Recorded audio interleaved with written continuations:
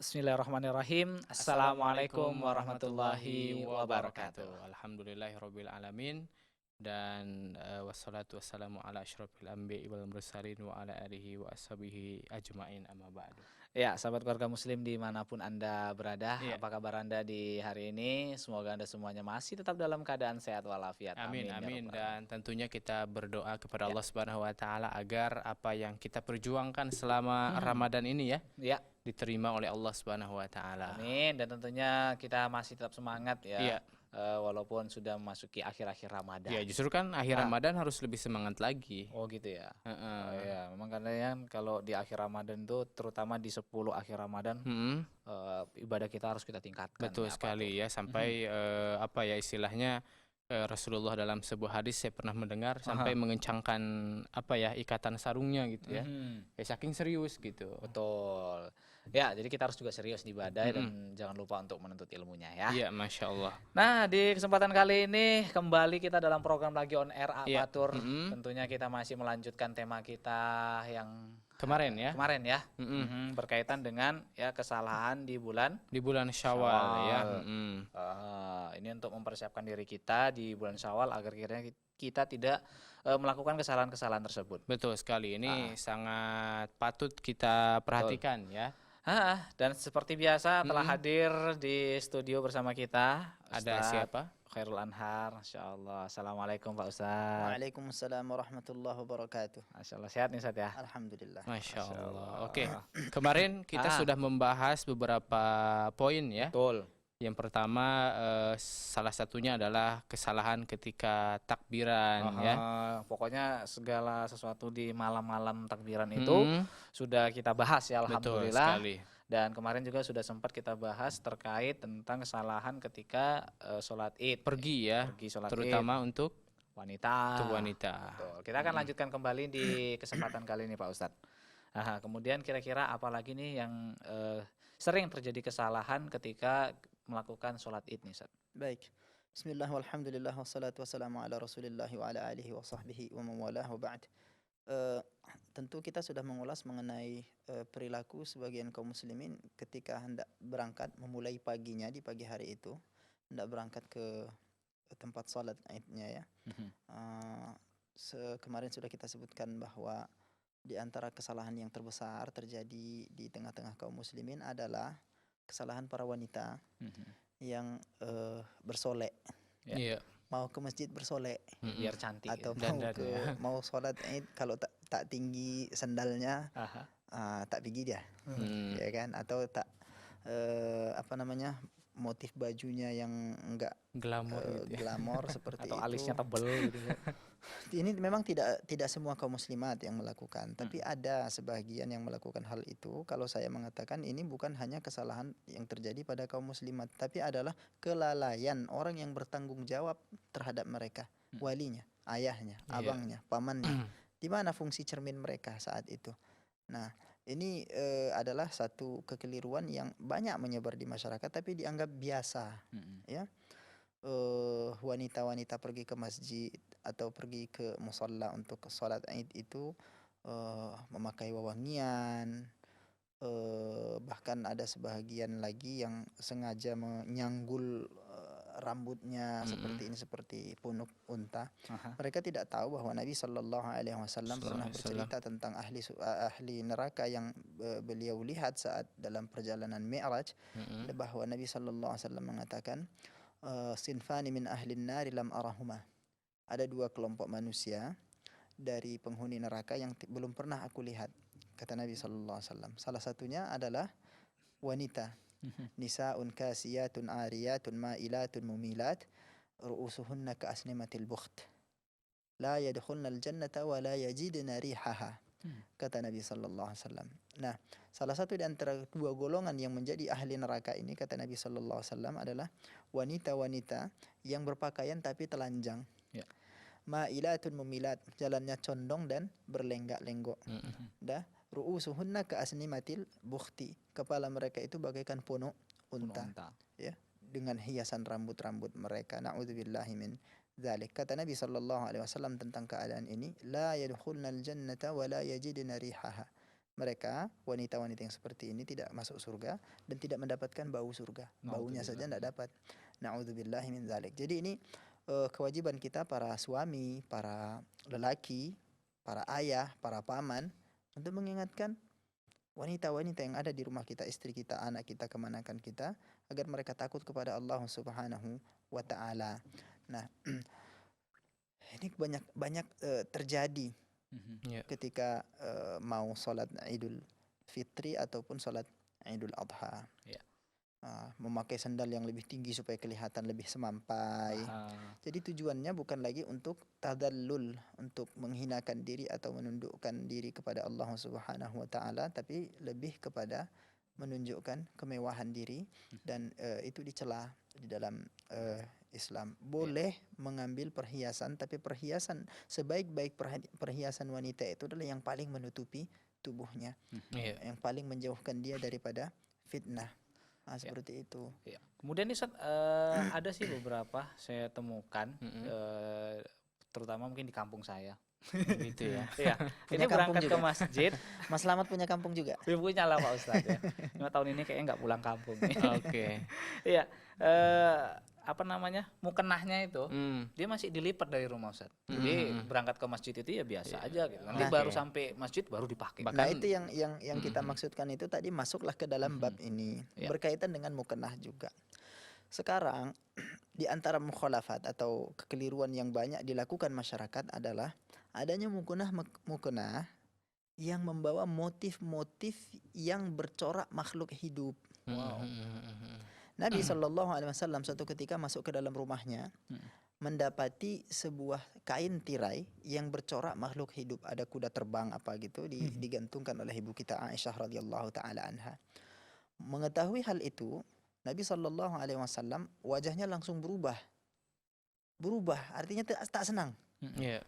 Melihat wajah Nabi SAW yang tak senang itu, Aisyah radhiyallahu taala anha tahu bahwa Nabi tidak menyukai hal itu. Kemudian Rasulullah menjelaskan kepada Aisyah bahwasanya hal ini menyibukkan Nabi SAW di dalam salatnya.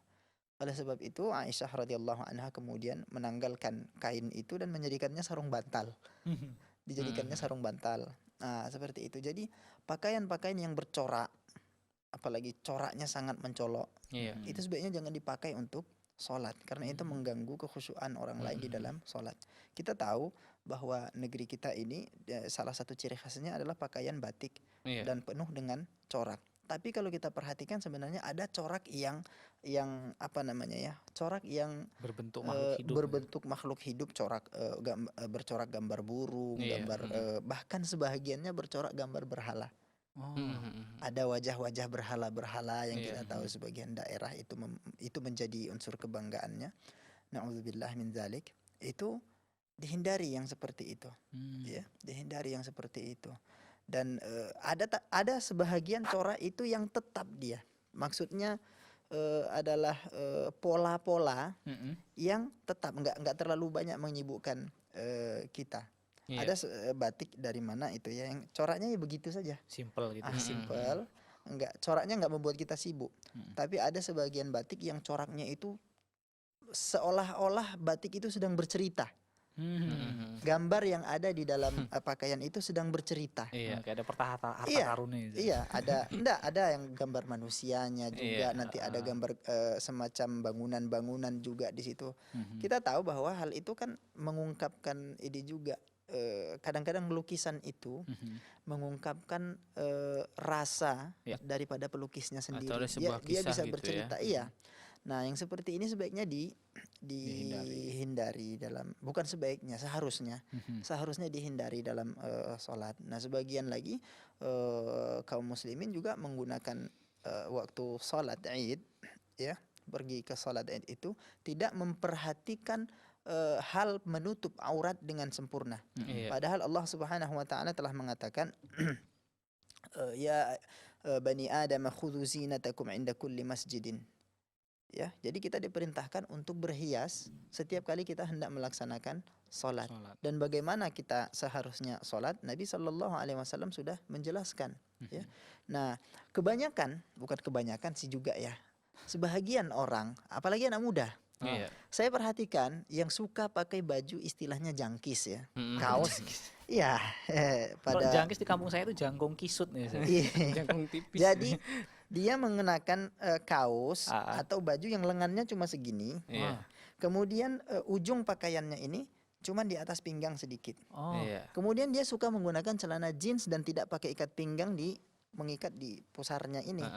Udah, sehingga ketika ruku dan sujud terbukalah auratnya. Masya Allah. Iya. Memang bukan aurat yang besar, akan tetapi itu sangat mengganggu bagi kaum muslimin yang lain yang ada di belakangnya khususnya kan. Mm-mm. Nah, dan aurat di sini tidak tertutup secara sempurna. Ya. Sebahagian ulama memang mengatakan tidak rusak sholatnya, tapi merusak sholat orang lain kan. Iya. iya. Mengganggu konsentrasi ya. Iya, Nabi Shallallahu Alaihi Wasallam mengatakan la darara wala dirar. Jangan mendatangkan bahaya untuk diri sendiri dan membahayakan orang lain. Itu membahayakan orang lain dalam ibadahnya. Iya. Ini banyak terjadi kan.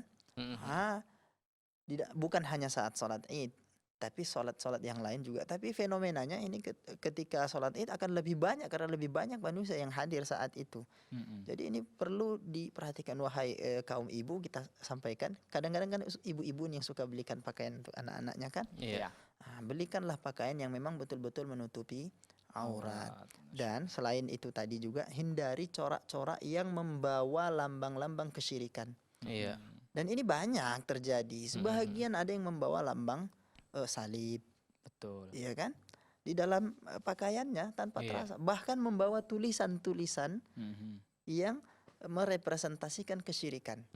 Ada. Itu ada. Yang seperti itu ditinggalkan. Kita harus menyadari bahwa kita sedang datang menghadap Allah Subhanahu wa taala untuk mengerjakan suatu ketundukan kepadanya. Itu banyak terjadi waktu pelaksanaan sholat hari raya ya. Muknah wanita tadi selain yang bercorak-corak berwarna-warni, iya kan? Ada pula yang bercorak umumnya pada muknah yang dikenakan untuk anak perempuan. Malah ini menyedihkan buat saya, ini menunjukkan kejahilan. Menunjukkan kejahilan kaum muslimin. Malah muknah anak itu dijahit dari kain yang gambarnya adalah ikon-ikon film kartun.